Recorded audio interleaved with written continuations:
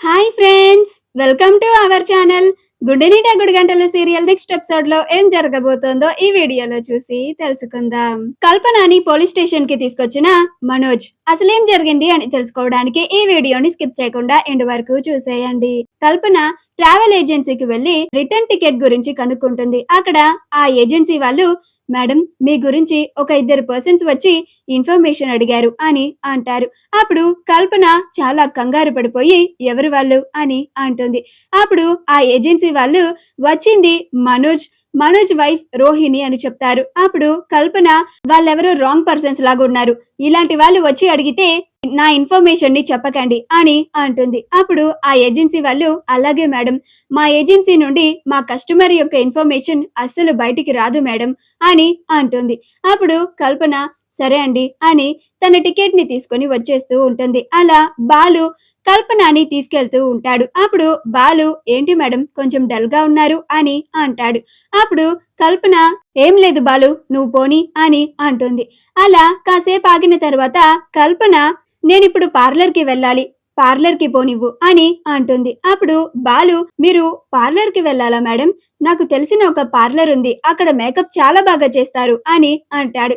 అప్పుడు కల్పన, అవునా, అయితే ఆ పార్లర్ కే తీసుకెళ్ళు అని అంటుంది. అప్పుడు బాలు, అలాగే మేడం అని రోహిణి వాళ్ళ పార్లర్ కి తీసుకుని వస్తాడు.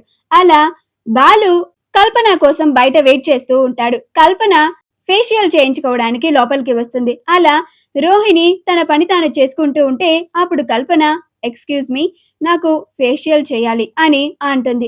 రోహిణి కల్పనని చూసి వెంటనే గుర్తుపట్టి, అలాగే మేడం అని కల్పనని కూర్చోపెట్టి పక్కకి వచ్చి తెలివిగా మనోజ్ కి కాల్ చేస్తుంది. కల్పన పెట్టుకున్న లాంటి GD Aman men and women బాలీ golden studs stylish hoop clip on earrings మీకు కూడా కావాలా? అయితే వెంటనే స్క్రీన్ మీద డిస్ప్లే అవుతున్న షాపింగ్ ఐకాన్ ని కానీ డిస్క్రిప్షన్ లో ఉన్న లింక్ ని క్లిక్ చేసి కానీ వెంటనే మీ ఆర్డర్ ని ప్లేస్ చేసుకోండి. మనోజ్ ఆవేశంగా పార్లర్ కి వచ్చి, కల్పన, ఎంత ధైర్యమే నీకు, నా దగ్గరే డబ్బులని కొట్టేస్తావా, నీ కారణంగా నేను మా ఇంట్లో వాళ్ళ ముందు ఒక దొంగని అయ్యాను అని కల్పన గొంతుని పట్టుకుంటాడు. అప్పుడు రోహిణి మనోజ్ ఆవేశాన్ని చూసి ఆశ్చర్యపోతుంది.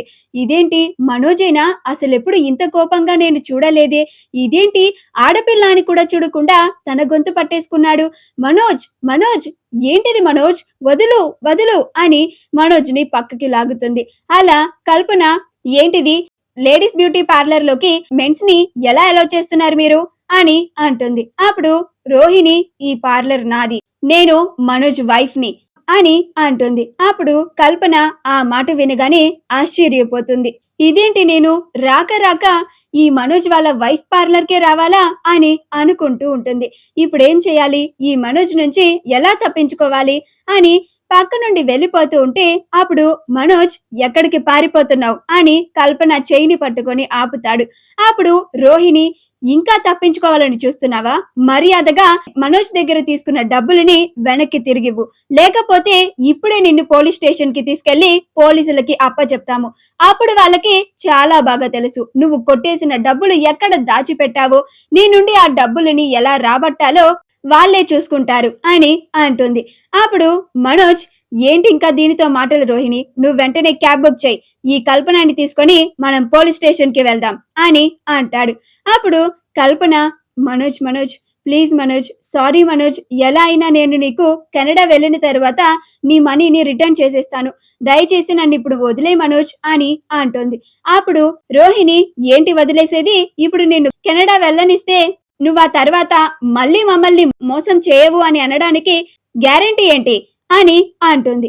అలా మనోజ్ రోహిణిలు ఇద్దరు కలిసి కల్పనని పోలీస్ స్టేషన్ కి తీసుకొని వస్తారు. మా వీడియో కనుక మీకు నచ్చినట్లయితే లైక్ చేయండి, షేర్ చేయండి, మా ఛానల్ ని సబ్స్క్రైబ్ చేసుకోండి, పక్కనే ఉన్న బెల్ ఐకాన్ ని క్లిక్ చేయడం మాత్రం మర్చిపోకండి.